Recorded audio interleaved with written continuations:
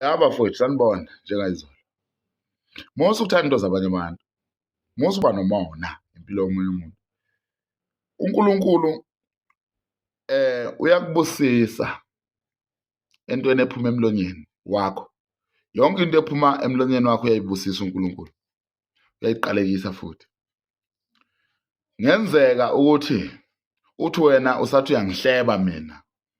Uthi ngiyayitshena ngoba nginemali engisebenzela kanzima. uNkulunkulu angibusise kakhulu mina ukuze wena ungihlebe kakhulu. Yabo lento ihamba kanjani?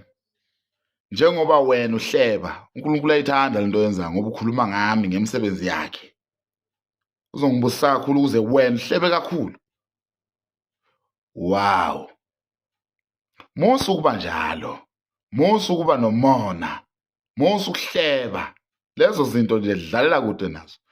Ngoba uNkulunkulu uzokubusisa ngokuthi udlule, uhlebe kakhulu. Umuntu uma umhlebe uNkulunkulu uyambusisa kakhulu ngoba kusho ukuthi imisebenzi yakhe iyabonakala. Kuyingozi ukuhleba umuntu obusiswe uNkulunkulu ngoba uNkulunkulu uzophinda ambusise futhi lowo muntu ukuze wena uhlebe kakhulu ngoba kusho ukuthi njengoba uhleba nje iyabonakala imisebenzi kaNkulunkulu ukuthi mina I'm blessed, kuyabonakala lokho. And wena uma ungihleba uNkulunkulu ilapho usisa khona kakhulu. So mina engakusho ke hlebani kakhulu. Wow. Mhlebe. Uhlebe uzihlebe nawe mlomo kanyoko. Yeah. Ngoba usolo kwenza vela awunamsebenzi. Nephakethe lakho lishaya umoya. Ingane zakho yilambile zinyamanzi. Uyishit. Yahleba lwabishi. Nomona shit dot. Bafowethu.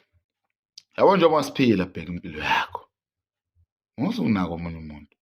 Ngeke uphumelele usahleba.